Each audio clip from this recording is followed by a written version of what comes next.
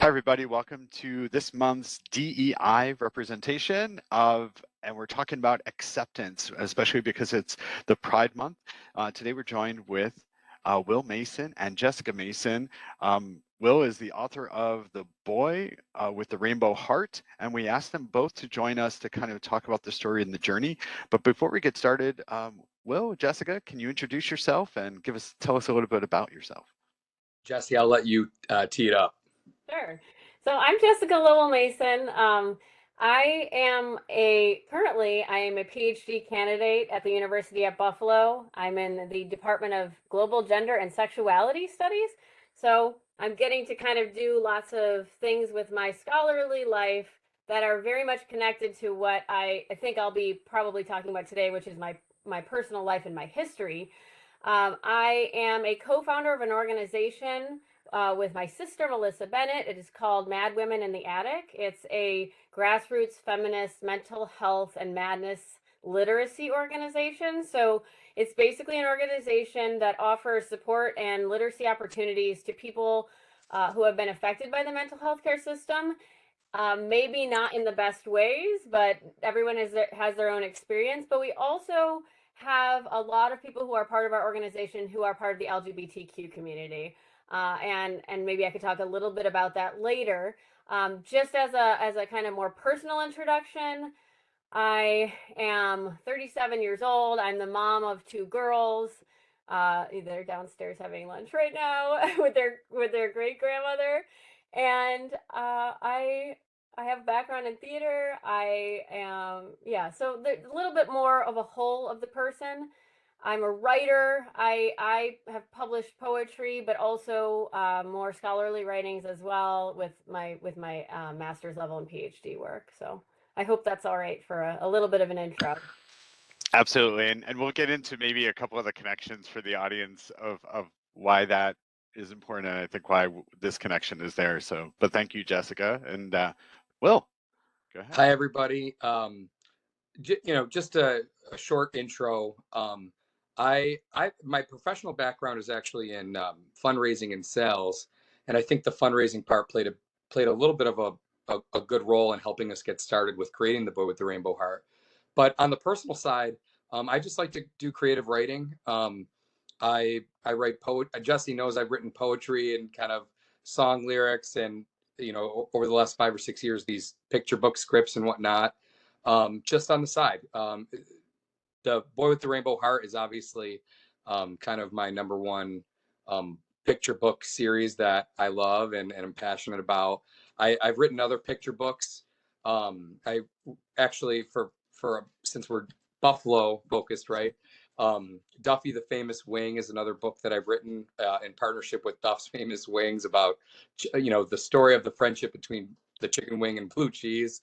But no, I love writing. I love creative writing, and I'm excited to talk to you about this writing project with The Boy with the Rainbow Heart.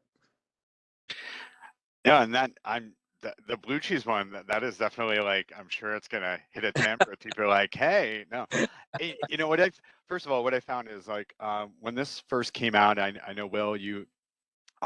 Just a connection for, again, everybody in the audience. So Jessica and I have known each other, and I've known Will for a long time now, since 2001. Wow. I was Jessica's director at Williamsville East High School, which at the time I was unaware that Jessica had come out. So when I cast her in the roles, I was being challenged by people like, why are you casting her? She's out. She shouldn't be playing this role. And why are you putting a woman in this part? This is a man's part. And I was like, because I wanted the best person for the role, not like, and again, I didn't ask her during her audition, like, by the way, straight, gay, like, where do you fall in this realm? Right. So it was one of those things where, so there's a couple of elements I've been able to see from Jessica's perspective, and then obviously Will and Jess knowing some of the dynamics that were happening in school, at home, also just in the community, which was really interesting. So, and now reading the book, so I was aware of the book, I read it, I have given it as gifts to countless people. I like to say I give it to people who I think might not appreciate it as much. Maybe it's my passive aggressiveness towards people to say, like, why are you giving this to me? Like, but the message is, I really love the message of the book. And I think this ties really well with acceptance of what we're trying to do this month. So with that said, and I'll stop talking and let you talk, is, so for both of you, like, what really was the inspiration of the book and why is this so important to both of you? Jess, do you mind if I kind of, Yeah, please do.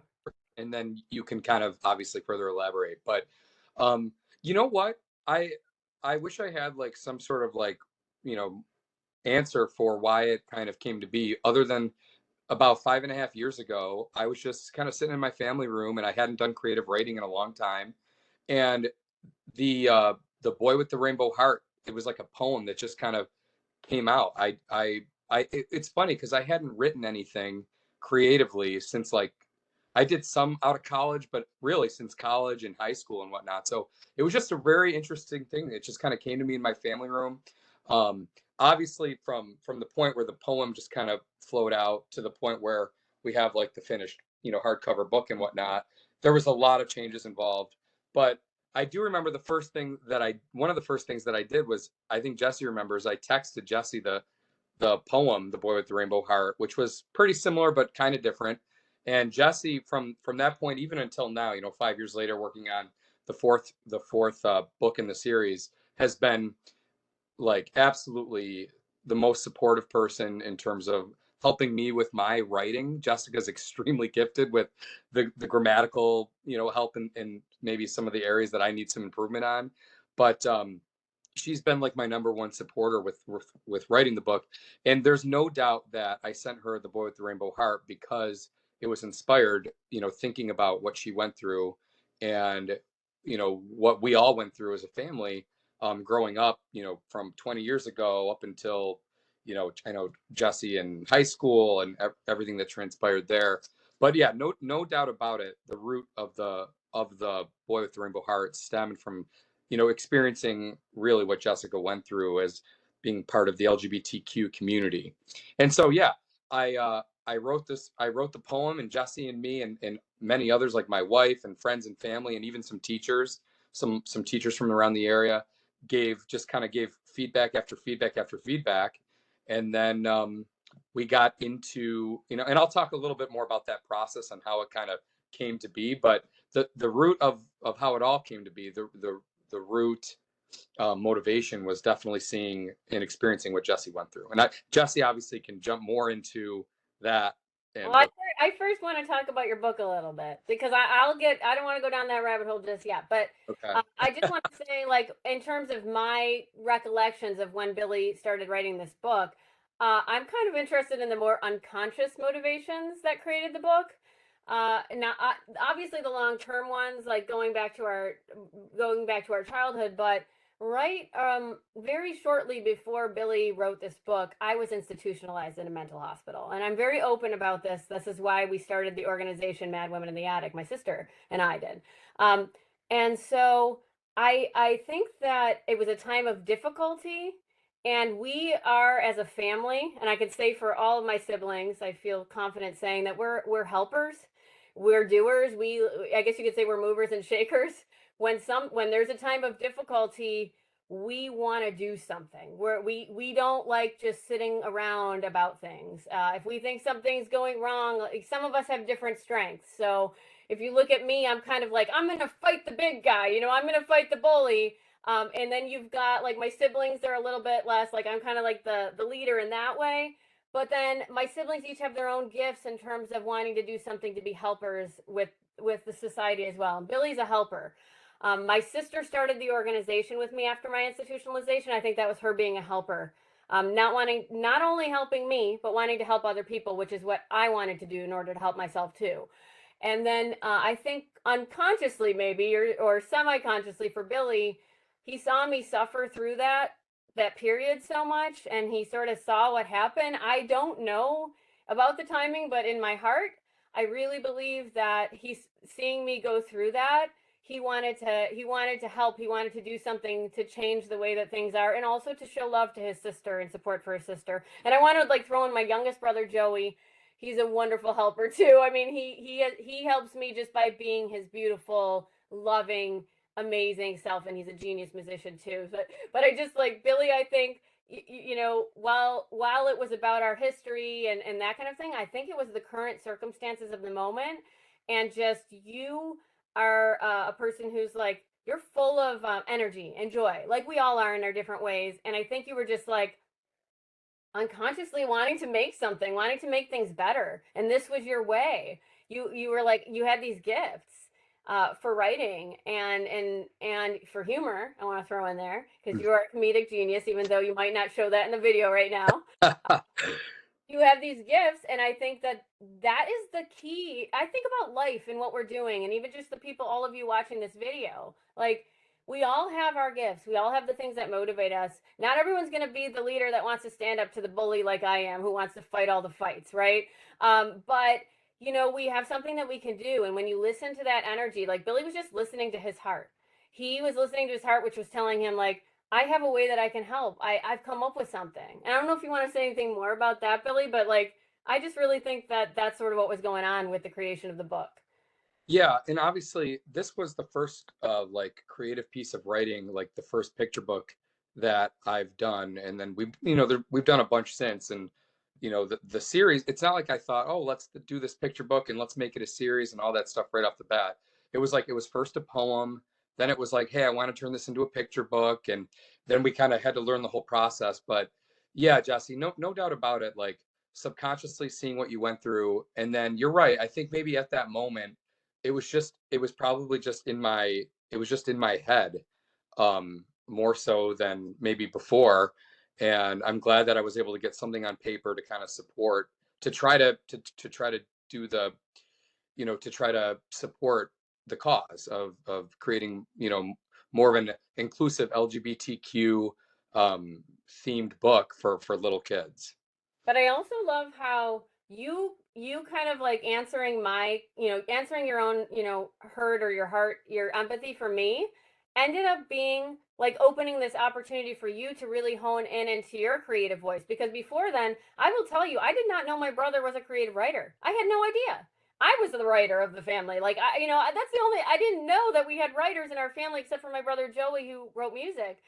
And then when all of a sudden Billy starts pouring out his heart in these poems and in these books, and it was nonstop. It was like this font of creativity had opened in him where he had listened to himself, and it was all because like listening to that love and following it. Once he had done it, then it was like, oh, he's unstoppable. There's so much in there that he can do. So it's just another little lesson that sometimes circumstances are really bad, but when we have support around us, and when we are support to each other, lots of good things can happen that are mutually and community beneficial.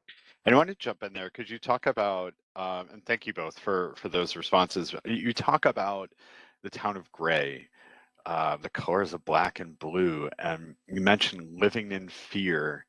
And obviously, there's those differences of colors. I mean, how because obviously, as Jessica said, it was like it was pouring out of you, and we've all, I've been there too when I'm writing. It just goes, it just comes, Right. and so when it all came out, how did that impact, like, again, it sounds like your relationship got stronger, but how did it impact your relationships with your family? Did it make sense to everybody in your family at first? You know what? That's a really good question that like I've never even thought about, but I would say like without even consulting with Jesse or anyone, I would say it made sense to every single person in our family. Hmm. Right? I mean, I would say that everybody totally kind of got it. I maybe not right away, but within a couple weeks there were definitely the parallels to kind of what Jesse went through with the family and whatnot.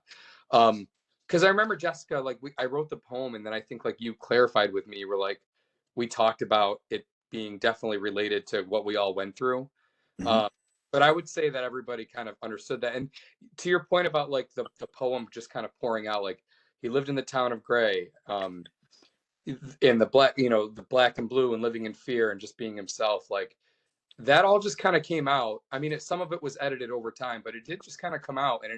And I I wanted to, as we edited the script, and I worked with Jesse a lot on this, like we wanted to make sure it got the point across about, you know, acceptance and love and being who you are, but we also wanted to be like mindful of when you're trying to make the change, and especially with young children, like K-3 or K-4, like if it almost, you have to be a little strategic, like in terms of the script and the simplicity of the message. Because it's like if you were to put something super like overt Right. and kind of intense in front, you know, in front of parents and whatnot, with all sorts of different school districts, it becomes more of like a controversial thing. It stinks, it shouldn't, but Right. I think the way that we wrote it, and the, you know, even the way we illustrated it, it's a way to talk about acceptance, and it's a way to support LGBTQ and to talk about LGBTQ with the just being the rainbow heart without kind of like throwing it in your face. It's kind of like just a subtle Right. message throughout the book. Yeah, and I think that's like one of the things I love about it is that if somebody, first of all, if the book ever got banned, I think it would go to #1 on like the like children's book #1. But it shouldn't, because the message, like you said, it is so, it has nothing to do with, like, you can argue to say that it has nothing to do with being like being part of LGBTQIA plus, right? However, it's what we all go through as young kids. We're seeing things. I mean, fear and hate is a learned behavior, right? Most of it is a learned behavior. Right. So now, if, and your message is the opposite, which is, you know, hey, why, let's teach love, let's teach care, let's teach acceptance, and see what happens then. Maybe we'd have less violence, less hate, less bullying, less harassment. We wouldn't have to make stupid laws that say do this, don't do that, where people would just be like, that's not the norm. Right. And the norm should be caring and loving. And I love the quote in your book where it says, once a heart has true love, it doesn't matter its shine. A heart is always perfect as long as it's kind. And it's such and I'm sorry to interrupt, but I know you guys said it's such the thing that we teach elementary school, right? We teach it to kids. Like we say, hey, be kind, be nice to each other, be nice. And then somewhere from like middle school to high school, it's unlearned. Right. And Yeah. I think that's what's frustrating. So like so I guess the question I'm going to throw back to you, Will, is if you wrote this when you were younger, like, because you said you wrote it 5 years ago, but what do you think would happen if you wrote that in 2002, 2003, 2004? What would be the difference there? So I think, and Jesse, feel free to chime in after this as well, but like I feel if we were to write this in 2002 and try to put it in the schools, to be honest with you, I don't think any school. I mean, there's been some really good kid lit with you know, diversity themed and LGBTQ plus themed and stuff. And there's been so much progress, and you know, like Marlon, the bunny book and all that stuff. But 2002, I don't think even like the subtle message of the boy with the rainbow heart, I don't think it would stand a chance even getting into any schools, because it used to be so like we've come a long way in 20 years. It used to be so taboo. And I mean, I just think about what it was like for Jessica. But Jess, I mean, would you agree with that, or what do you think? Well, in terms of what you're saying, I would say there's been a shift in culture in the education system. Right. So I think that's why you were able to have school systems that were like, hey, we'd welcome your book. We'd love to have copies of it. Bring them into our schools. I think that's the thing institutionally. Our school system wasn't in a place where it would have been listening. And it wouldn't, and I think that there is a real push now, at least, I don't know, I guess I can't say across the United States, but I could say in New York State, there's been a push for more diversity in literature and in educational practices and pedagogy that includes becoming culturally competent and includes being inclusive of LGBTQ people. You'll see there's clubs now at the high school that I was part of. I mean, I think we take this for granted because on the millennium, like right around the millennium, this is when I was coming out. And this was a weird period of a lot of people were closeted severely in the 80s, 90s, 70s, and going back further, where we didn't have teachers that were being visible about things like this. And when I came out, it was like at a time of tumult. It was a time of change. I really did feel like it. So when I came out, I was actually like, I felt empowered to be out. But I also was facing the terrible legacies and repetitions of legacies of violence against LGBTQ people that was going on at that same time. But there was a sense of hope still that I had. And I don't know whether if I were born in 1950 and I came out and had the revelation that I was a lesbian, that suddenly I was going to be filled with hope. I don't know if that was there, and maybe so that was the timely change. But I wanted to kind of go back to this this question you originally had for Billy about the impact on relationships with family and the messaging. I know that Billy, when Billy started pouring out these, he would send them to us on a group text. He still does this. So it's now like part of our family dynamic that Billy suddenly, a poem is arriving at like 9 p.m. or at like 8 a.m. or whatever it is. And, you know, I love writing and I love what Billy's doing and I want to keep, so I probably have been the foremost person with the responding to his writing. You know, my father, he's not a writer. He's going to support it. He might not be the most avid reader of it and critiquer of it, but everyone's on board. And certainly with the Boy with the Rainbow Heart, I think it became a healing opportunity because all of a sudden we had this opportunity to be public as a family about our situation and to like speak about it. And through the publishing of the book, we had publicity engagements, and my mother could be there and I could be there. And so my mother and I were able to do even more healing work together than we had. But we got to do it as a whole family then. Or those of us who were, you know, comfortable being in the kind of public spotlight. I just thought it was an amazing, beautiful thing, especially after my institutionalization, which would make me feel like I was nobody and was a freak of society, to be able to be like, oh, that's not me. Like, you know, like my family sees me as me, and we're all going to stand together. And I think that's what we couldn't do in 2002. We couldn't stand together around this. Like, yes, sure, I was writing poems. I was writing lots of poems that had the same message about love, but I didn't have a community standing around me to allow me to do that. Well, again, just to follow up, so community aside, if you wrote this, you sent that group chat, even though texting was brand new back then. If you sent a group chat in 2000, we'll say 2002, because there was a lot going on in that time frame and everything. What would that have changed the dynamic? Would that have changed? And I mean with your family. Yeah. Wow, that's a really good question. I don't know. You know, I think I mean, that was a tumultuous time for Jessica, more than I even had any idea, right? Because we're, you know, 3 years apart, and I was that, you know, when you're 14, seeing your 17-year-old sister go through that stuff, like you understand it very, like I understand it very differently at 14 than I would understand it now where I'm 34. I think I mean, it definitely would not have been supported by some people in my family, like no doubt about it.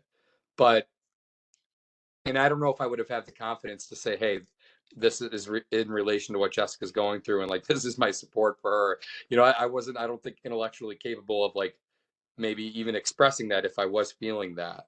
I don't know if I would have the confidence to express that even if I wanted to express that either. So there are a lot of different things, but no, I mean, in 2002, 20 years ago, there's no, I don't think I would feel comfortable sending it. Wow, that's so interesting to think. We're so far away from it. Yeah. Trauma's kind of funny like that, because I can picture Billy hiding in the side of the room. You know, I can picture you curled in a ball crying and hiding while my mom was screaming at me. Like, you might not remember that at all, but obviously that Billy's not necessarily going to be writing, hey, the boy with the rainbow heart, right? That Billy is in the midst of trauma that we're all going through, and hardship and struggle and sadness and pain. So I don't know, can you write in the midst of pain like that? Yeah, I mean, I certainly have done it. But what Billy's doing was like, this book was like not just about pain. It was like very much about like, I want to make things better. And I know that was part of him then. I know he wanted to make things better then, certainly. Well, that's what I mean. The book feels to me as a cleanse, right? Like, where we are cleaning ourselves of hate, of fear, of this darkness that is inside of us, and trying to be more open and be more accepting. And Will, to your point, it took time for it to come out, but it was there, right? Like it's Right. always been there. It's just, but how do I get it out? And like you said, all of a sudden it's like a cork on a bottle, and all of a sudden just Right. you have to just let it pour. And I know, like I said, as a writer too, like Jess and like Will, like just you understand it. I've been very thankful too. Like anytime like I've written something, like I've had Jess recently was in a show where I wrote and everything like that, and it was like, and it was just one of those pouring out moments, and Jess was there, and she's very supportive, and and both of you are extremely talented family. Um, but even those families who look and dare I say picture perfect still have those struggles. But I Right. think what's amazing about your family is like the love. Like no matter what happened in it, there was always love. No matter how many times, and I don't know, Jess, if you know this, how many times your mom yelled at me, yelled at you, how many conversations I had with her Oh, about how much she wanted to do for you for your roles.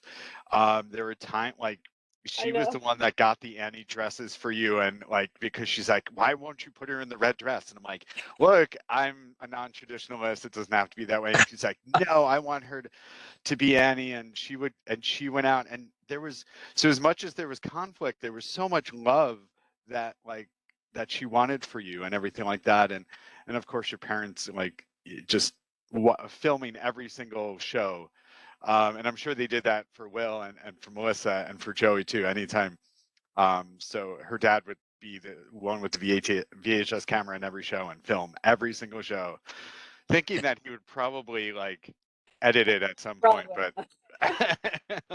but I guess, but what I found interesting of this is that evolution of your family, and how, and now it's just growing, right? Like all of you now have kids. Congratulations, Will. Like that's thank, awesome. And the thank you. the Mason family is growing, and it's like, so now that it's growing, like, do you feel that message is continuously going, that the message of love, and do you see it with your own kids? Wow. Well, Jack's just 16 months old, but no, but you know what? That's such a good question. Um, yeah, I mean, I definitely think like Jessica's kids, and Jesse will speak further, but Dara and Alana and Missy's 3 kids, and to an extent, I know Jack is only 16 months old, but like we dress him in pride stuff. Like we would have never done that 20 years ago. Um, and he's going to be surrounded by, very powerful, intelligent, women cousins. Um, so it's really, yeah, I think the lesson that our family learned, and you're kind of signaling all of our hearts growing and expanding together, like that definitely permeates to all of the nieces and nephews and kids that we all have. I know Jessica raises her daughters to be extremely I think they're listening at the door right now. right. Feel free, right? Yeah, because Well, I just Jesse's want to say that I think that when I had my first daughter, Dara, that was a time of shift for our family.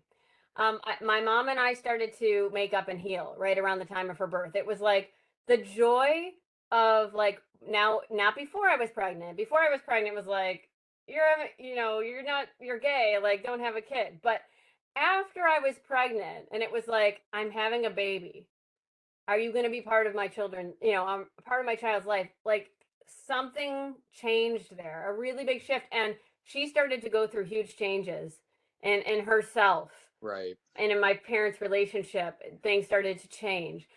And there was so much love for my child and Dara, that my mother and I suddenly, we were like, we got to reunite. We got to get to know each other without the barrier that had erected itself when I came out, and this terrible pain between us. It was suddenly like, oh, I could be seen, and she could see what happened, and there was insight and introspection and healing.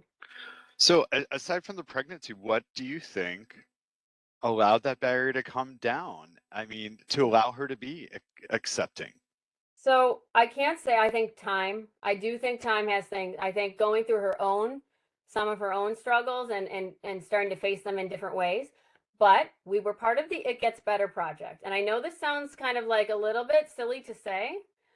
I asked my mom to do the It Gets Better project with me when we were starting to talk more about what had happened. And we ended up recording a long video. Now, I'm a talker, so that happens. But we recorded like a 30-minute or more video, and I and I recounted like the things that happened in high school, and my mom was with me and her heart was open and she heard. And it was like that, doing that video, we both decided we were going to do it. I asked her, she said yes. And that was huge for me. And that was huge for her because she suddenly got to speak to other parents and it gave her this chance.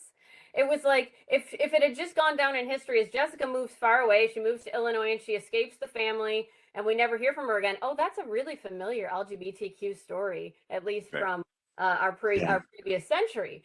But now my mother has an opportunity to speak to other parents, and suddenly her revelations kind of came through that and that opportunity to do better, not just with me personally privately, but to actually go out and speak to other parents and try to help them, and by sharing her heart and sharing the pain of the experience. When we go together and speak, we cry, and she cries more than anyone, and it's that open heart, like you said, Keith. Yeah. You knew my mom loved me the whole time. What she did wasn't okay. It was horrible. It traumatized me. But I knew she loved me the whole time. It was Right. just like, can't we just stop this and get through this? And the love is what carried us through.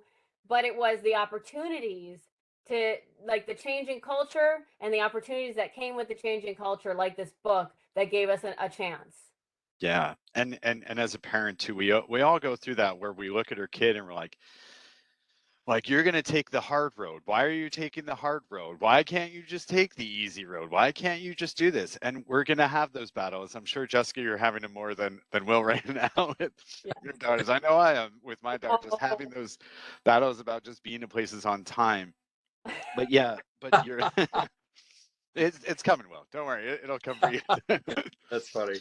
But it's just one of those things where it's, leading with love, leading with care, and that it wasn't so hurt, that the relationship wasn't so hurt that it could heal and it could, and so I think that's an amazing message too. And I think the book does that. It's like, just because your name is the town of Gray doesn't mean you can't heal.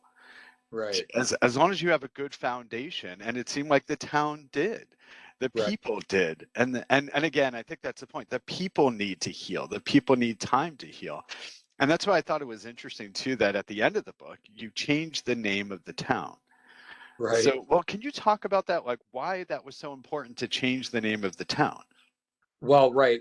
When I was thinking, as we were kind of like flushing it out, like I was trying to think of like a simple way, but like a visual way, especially for little kids, right? Like everything is so visual. Like even now, and I obviously didn't have a kid at the time of writing it, but I'm realizing it even more so now with my little 16-month-old. Like the pictures really drive home the messaging. And what I kind of thought of was like, well, the town of Gray, like ultimately has to change. What better way to like change the town of Gray and to like symbolize it for kids than to just like make it the town of brightness and color and Yeah. and shine. And I feel like shine is just a great word for like not just the town, but for grouping a lot of the LGBTQ community, right? Like the shine, the brightness, the color, the rainbows. So yeah, and I don't know if there's much more to it than that, but Right. yeah, I'm really glad that it came out that way. Well, and for me reading it again, I'm sorry, I know you want to chime in there, Jess. For me reading it again, I make the connections to the monuments that are being taken down, right? Right. Like these dark gray monuments that were put there like because of hate, Right. and not put like a year after, like we're talking. And for those who are wondering, the civil rights monument, the monuments that were put up during the civil rights period, not after the Civil War, about these civil rights heroes or people or generals, but these, they were put up in the middle of the civil rights basically as a hate message. And like that was something I took out of this again too, of changing from gray to shine, that it's important to change. It's important to look at history and learn from it, and say maybe it's time where we have to unify and have a message of love, or have a town of love as opposed to a town of hate. So that was something that stood out to me, even just reading it just recently, of like, wow, there's so many different connections to this book, to culture, to elementary schools, to middle schools, to social studies, like, and the historical factors of it too, like, but leaning towards with obviously the LGBTQIA and acceptance. And Jessica, I'll also stop Yeah, there so you I'm can not chime gonna, in. I won't say much, but I'm a person who studies language. So Billy always has me kind of up his, I don't know, over his shoulder, kind of being like, well, this is problematic, or and so when I think about these, like this idea, I love how you're interpreting it, Keith, because I don't, I, you know, the one trap we can fall into with a children's book is like that children or adults who are reading it are going to see gray and associate that with negativity. And Right. that's the point, right? It's not the point that the town is gray, like it's Right. color, right? We have these powerful associations with color. I've been doing a lot of like thinking about this too, like racist associations with the color black and things like that. And so I am working with it, but I like that he chose gray. I think it does sort of set a mood, but it's also not locked into being something bad. Like it doesn't mean Right. that the town of Yeah. Shine might not have gray skies, right? It's like it's about light within. It's about sort of that love. And I love your example of the monuments. I mean, the whole idea behind this is that things can change and language can change. Like we can't Yes. like the renaming the town, renaming a person, renaming something. We've called each other bad names. We don't want to call each other bad names anymore. We're gonna use different language now, and we can own up to it and have responsibility over our history, but also we can have hope for the future. So I just love that about the book. Great. No, and there's so much there too. And so if there's I want to ask a few more questions, but what is for you, Will or Jess, whoever wants to go first, what is the message that you want anybody who reads this book to walk away from? Um, all right, so I guess I'll jump in. For anyone who reads The Boy with the Rainbow Heart, the original book, um, I guess the message that I want them to come to learn is like the theme of acceptance and being yourself. Like when anytime we've done the speaking stuff with other people or organizations, the number one takeaway is to always be yourself. I like if I ever do like not that it happens a lot at all, but when I do like we did a lot of off the first when we did the fundraising through the Kickstarter for the first book, when we were donating the books to a lot of like the Buffalo schools and whatnot. Like I tried to sign as many of them as I could for the time that I had. But the message that I would always write is like, keep shining bright, always be yourself, be you, that kind of stuff. And that's what I want with the book is just kids, whoever might feel different, or if any little kid is struggling or anything like that.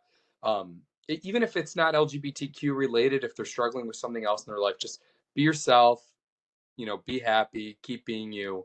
Um, that's pretty much what I want people to take from it. And Jesse, Yeah, I mean, that's I didn't write it, so I don't necessarily have an authorial kind of wish for people to read it, but I'm really interested in what adults are going to do with this book. I think it's a book that is a platform for conversation. So I guess my hope would be that this book becomes a place of conversation. Yes, it might be something a child sees on the shelf and looks at and feels good about and has a happy message inside them. But I think it's most powerful as a platform for conversation between different people, between a parent and a child, between a teacher and a bunch of kids. I think that's where it's in its power most. And yeah, so I love that he did a lot of work with schools and that he's kind of continuing that because I think there's an educational component to the book that is best utilized with sort of efforts on the parts of adults. Yeah. So number one, everyone, if you do buy this book, put it on your coffee table. So that way, when people come over and they're going to see it, and we've done this, and it's amazing because people are like, "What is this?" And they start flipping through it and everything, and that's how it came to be. Like where we I think we still order to this day at least like every time there's a new baby born in the family, we're like, "I know what they're getting for Christmas." Like so. I want to also add Thank you. Yeah. my grandmother who's 91, she has taken to this book more than anyone, and you wouldn't kind of think of her as an LGBTQ rights kind of person. She doesn't really say much about what she thinks. She's a little old school, but when he came out with this book, she was buying them for all her Catholic friends. I don't know what their like, but she's Yeah. proud of the book. and she thought, she was proud of it in a different way than like my poetry book is going to make her feel, right? So it gave her an avenue. So it might be a way in for some people who are not so comfortable with talking about LGBTQ things or communities, to just like, hey, it feels really good to everyone. So there's that element to it. Thank you, guys. Yeah, and so the other question I was going to ask, so with this book, if this book were to come to life and come to fruition all across the world, what does acceptance mean to you? What does it look like for each of you?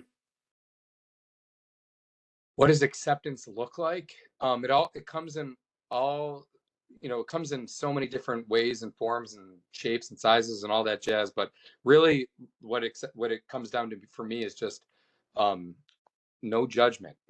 Just no judgment. And like the book says, like as long as as long a heart is always perfect as long as it's kind. And I'll just kind of leave it at that. I mean, especially for little kids, right? The just acceptance just looks like being nice to one another, and embracing each other for all the differences that we have, and whatever that form that come in, whether it's your sexual identity or orientation, or your ethnicity, your religion, anything like that. Is just be nice, be a good person, and like that kind of thing. But We should have ended with Billy.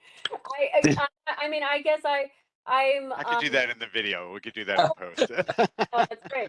No, I mean, I guess in terms of what I think acceptance looks like is, I don't want to use these metaphors too heavily, because I think that I mean them metaphorically. I don't mean them literally. Listening and seeing. That's to me a big part of, I'm going to go into like the Tommy lyrics, see me, feel me, touch me, heal me. But listening to someone else allows us to see them.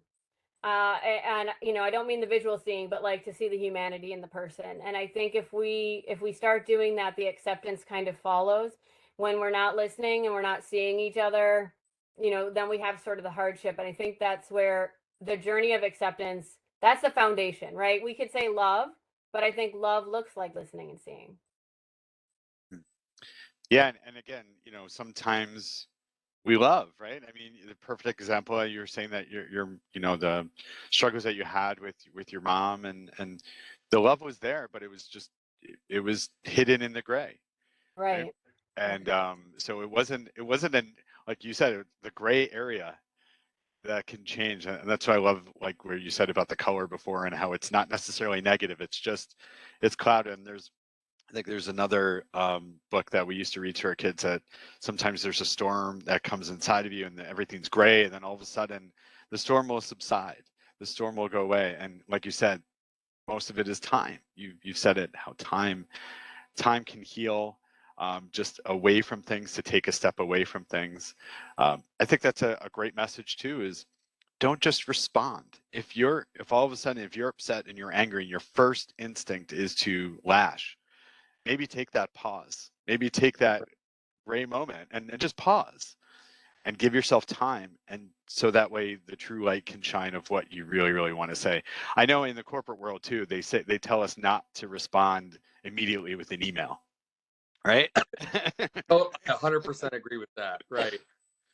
It's hard Yeah, to. don't ever like, oh, I'm going to tell this person what I think. It's like, no, no, no, no. And I think we have to identify those gray moments and say, what were they, and trying to understand where they were coming from. And you might not agree with them, but you need to understand their perspective. And the story that you shared, Jessica, about you and your mom and the It Gets Better project, and you having those moments, I think it's put you closer, because you seem to understand each other. Not that, again, that you agreed with what was happening at the time, but that you truly, truly understood each other. And again, I think that's where the love is, and that's where the love is found in the gray. So I have one question for each of you, and I find I want to ask this, is if you can give your younger self a message, like if you can go back in time. I know this, sorry. To give yourself a message, because it's different for each of you with this book, right? If you can give your younger self one message, what would it be? Um, You know, Jesse mentioned Jesse mentioned that thing with the Trevor Project thing, like the it gets better thing. It's I'd probably say something like that. Like hang on, it gets better. You know, one thing you don't realize when you're going through tough things, especially when you're a kid, and we all get better with this as an adult, but we're still not, I'm sure we're still not perfect at this as an adult. When you're going through really tough times, you think, like I know even still today, I have a tendency to think that those tough times, like I live in this lane, and it's like these tough times you sometimes feel like whatever it might be, like work stress, relationship stress, family, whatever it is, you like can't get out of your own way, and you're like trapped thinking it's always going to be this bad, when in reality, I mean, think about all of our lives, like every 3 5 7 years, like things look very different. You know, you have Yeah. very different life circumstances, and your mindset is very different. Like even during the start of the pandemic, I was like freaking out. You know, I'm very kind of like whatever my emotion is, like everyone knows kind of how I'm feeling. It's like hard for me to like hide that. But like when you're in the beginning of the pandemic, I remember thinking like it's hard to just think like, oh, in a couple years, like things are gonna feel vastly better, and you're gonna be happier and all this stuff and less anxiety. And I think that's the message, is like for any kid who's struggling to be themselves, or is identifying with the LGBTQ plus community, the it gets better thing really does. I mean, they do, that's a great marketing slash truth that they use, because it is true. Like it gets better, hang on, things will evolve, things will expand, things will change. So yeah, I would say that. Thank you, Will. Yep. All right, Jessica. So, yeah, I don't have, okay, this is a hard question. I think if you asked me 10 years ago, I probably would have said something like, yeah, something along the lines of, I've always been unsettled by the it gets better, because in my life, it has not gotten better. I mean, I have to say, like, I don't mean to laugh, but you and I have I know, had I know, I conversations, have so to I laugh. know. Like, laughter is medicine for me, and laughter is good. Mhm. But Yeah, things have happened that have gotten a lot worse than what I thought was really bad in high school. right. Um, however, I think what I would say to myself, my teenage self, really, if I had to cut through, would be, you have a purpose. Keep going no matter what the hell is about to happen. You have Right. a purpose. Your purpose is larger than you in this pain. It's larger than anything that's going on right now. There are people in the world who are going to need your voice, and they're going to need what you have to say. So you need to be strong and get through this, because you have a purpose to live out in your life and in your writing. And like, because that's what I am driven by a purpose, and I think I've always felt that. But I think if I said something to myself at a younger age, I would have said that. But really, at a younger age, I was so determined. I knew I had a purpose. I was I've never known that about you, Jessica, ever. That's extremely sarcastic, by the way, for anybody who's listening. Yeah, and if I can kind of jump in, like, really here. So again, knowing Jessica where she was in 2002, just to give backstory. So she was my leader in the show Godspell. She exuded leadership just all across the board. Anybody who was there, she exuded it. There was people who were coming out or were having trouble coming out, and Jess was there by their side, going to counselor meetings with people. oh my God. And I would hear these stories afterwards and be like, who is this 17-year-old in, like, she's like a 75 like year old, like, history in the 17-year-old body, I'm but supposed to just the leadership, the message, but she always led with a light and love. And she was a great leader. And even after that show, you and I spoke, Jess, like a few years later. We were talking about how many we wanted to do a reunion with the people from Godspell, and you were talking about, well, we should do something online and everything. I'm like, I said, I think it would make more sense if you do it and you start it. And we talked about, and she did, and she created this thing called the Garden of Godspell. And I'm sharing this because one of the stories that came out of it was just to show how, and you said it, just how being a leader, how you can make an impact in somebody's life and you never even knew it. And I love the story that we shared, or that we found, was that a girl that was in Clarence came to the show, and in that, and like whatever was happening, she saw herself in the show. Wow. She saw herself. And like, Jessica didn't know this person. I didn't know this person. We didn't know this person. But years later, we started this Facebook post, and she was able to share how seeing Jessica, this out lesbian, strong leader, female voice, and she was like, that's it. I'm like, I see myself. Wow. And it's that representation that is so important. And so being a leader, you don't know who you're going to impact or when it's going to impact. So that's why it's so important, Jess, that you always, like, I love that light in you. And I've always said that to you, like, just, you are always a beaming light for me. Like, you make me better. I know you've made your family better. And it's just awesome to always have a leader like you. And Will, to turn to you and just, you are like the pinnacle of what an ally is, and what we all need to strive to be is to show acceptance, but then to say, hey, this is what I feel acceptance is. And if we can all be like this, we could have that town of shine. We can have it. Wow. Thank you. And that's why, like, I wanted to have this conversation, because like the impact that each of you have had on myself and my family, like I said, we've read this book so many times with our own kids. You know, one of my most impactful moments in theater was working with Jess in Godspell. It was one of the most impactful shows I've ever done because of that cast, Wow. because of the love that that cast had, and it exuded from Jess. Even like there was, I'm sorry, I know I'm going over, like, the one of the stories I love too is there was a person with who had Down syndrome in the cast, and a lot of people would like push them aside. Not Jess. She was like, you stand right next to me, everything. And everyone in the cast kind of bonded together. There were so many amazing moments. And when all these stories started coming out about the different things that were happening, and people are like, oh, by the way, Keith, Jess is an out lesbian. I'm like, oh, okay. Right. And people are like, you didn't know that? I'm like, no. I'm like, so it wasn't, like I said, it wasn't part of the decision making. But what that did in the room, and like, it solidified all these relationships. And I know to this day that there's still people that Jess talks with from that cast. I talk with people from that cast, and it's still one of those things where people go, they remember those moments because of the love that was shared with that cast. And the message, no matter whether people agreed with it or not, they understood it, and they were still talking about it weeks later, months later, years later, and just how much of an impact that made. And so again, I just want to say thank you, Jess, for always being that leader, because you never know all of your conversations that you're going to have with your sister, with Mad Women in the Attic, with It Gets Better Project, or with the boy with the Rainbow Heart, the people you're going to impact because you're a leader. And Will, just sharing what's inside of you, I think, is so important.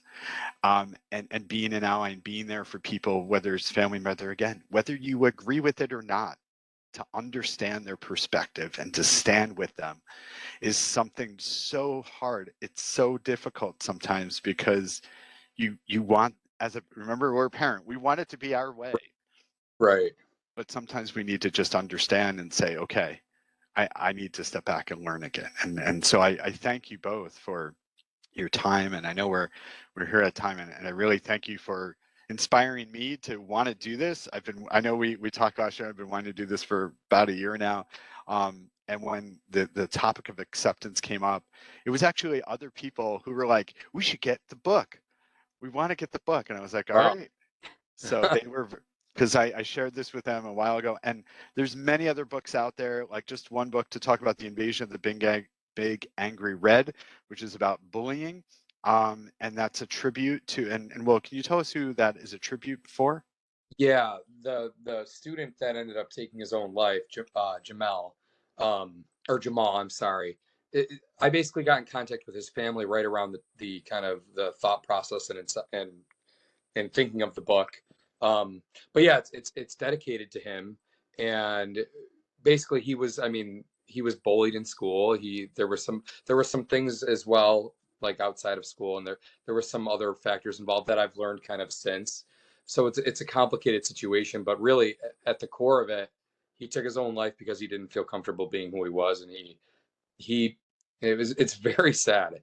And sadly, like there are other little kids, like you think, like, how can a little kid do something like that? But there are other little kids living in fear and living kind of feeling tormented by their thoughts and what they're feeling, and feeling like it's wrong, and not, obviously at that age, not really knowing how to process it. And so yeah, that was totally dedicated to him and his family. um yeah. And just to follow up, when he took his own life, how old was he? Because I think that's important for people to hear. I believe he was 9 years old. Yeah. Terrible. Yeah. Right. And again, not it's important that we have these messages. This is why we tell the stories, right? So Right. we can learn from, like you said, learn from history, learn how to evolve from the gray and let it shine. Right. Wow. And I think it's really important. So one last message of acceptance. Like, what do you want to say? Well, and tell us also projects that you're working on too. Like, so. Okay, so one last message of acceptance. Look at all the change, look at all the progress, look at all the great things that um, the LGBTQ plus community is gaining ground in. You think of like Queer Eye on Netflix and some other shows, and you're seeing a lot more celebrities and a lot more people in the national spotlight that are comfortable being themselves and coming out. So the message of acceptance is that it grows and that it continues, and it perseveres, and hopefully we continue kind of moving in that direction. And just like that, the series, like the book, like first there was The Boy with the Rainbow Heart, and then the Invasion of Big Angry Red. So I'm trying to do more characters with that theme of acceptance kind of in each of the characters. Like for a Halloween kind of a fun book, we did Greedy Green's Halloween, and there's the concept of the boy just being, he's in each book, he's really the messenger of acceptance in a lot of different kind of other lessons intertwined, like Greedy Green with greed and not feeling treated well when she was a kid, and Big Angry Red and how the bullying, how the boy helped him conquer his bullying. And Jesse and I are actually kind of, I have a script going, and Jesse's helped me harness it and harness it and harness it with the next one, which is The Boy with the Rainbow Heart and The Blue Sign of Hope. And it's about a little girl who's dealing with sadness and depression, as you'd imagine, with the color blue. And Jesse's kind of helping me with that. And so they're all acceptance themed. And so yeah, it pushes onward. Yeah, and as a side note too, like I'm sensing with the musical talent in the family that we might be seeing a Boy with the Rainbow Heart musical, I'm sure, at some point. I want to see that at Theater of Youth. That would be great.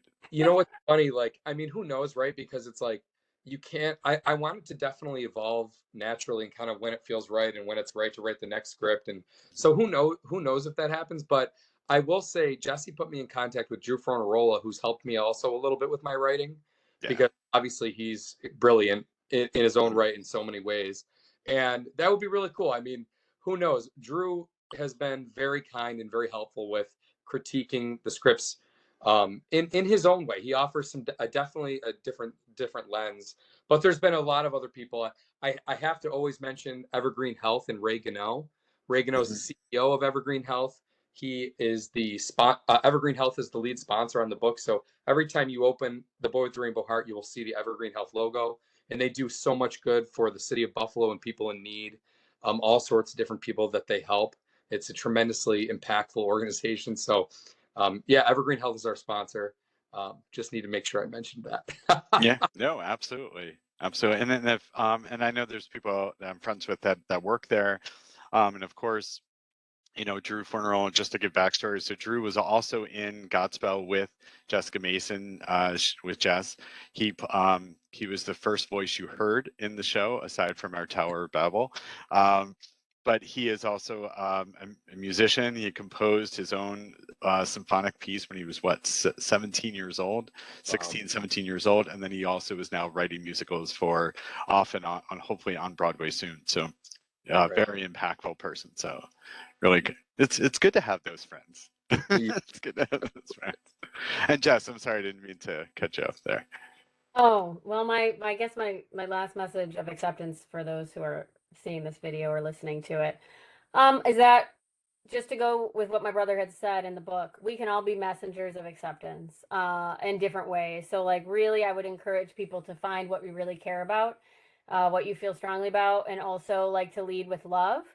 And to remember that we're responsible to each other. When we forget that we are responsible to each other, that our hearts are responsible to each other, when we don't live and sort of honor that in our lives, I think things tend to go haywire. But just continue, we continue to remember that we're responsible. So I'm responsible as an ally to Black and Indigenous people of color who are struggling with racial and ethnic violence, and yeah, when we just really can see each other and remember that we are responsible for taking care of and being together with each other. That's my last message, I guess. No, thank you. And again, thank you both for coming and joining and having this kind of candid conversation. Hopefully we'll see you at continuing the conversation. We'll get you those dates and times. For everyone else out there, and here's my shameless plug, please read The Boy with the Rainbow Heart. We will also get you over to the Kickstarter website too. So if you want more information about any of the other books, and again, and Will, just please feel free to share anything you want to share for Mad Women in the Attic. We just started a mental health awareness group also at M&T. And I'm sure they'd love to get in touch with you and have a conversation with you as well. But just keep doing what you're doing, keep spreading that message. And you out there, make sure you read that book and say hello and be kind. And again, I'll just read that one line that I love, which is, once a heart has true love, it doesn't matter its shine. A heart is always perfect as long as it's kind. Be kind, everybody, and have a great day. Thank you. Thank you, Keith. All right, let me just stop the recording there.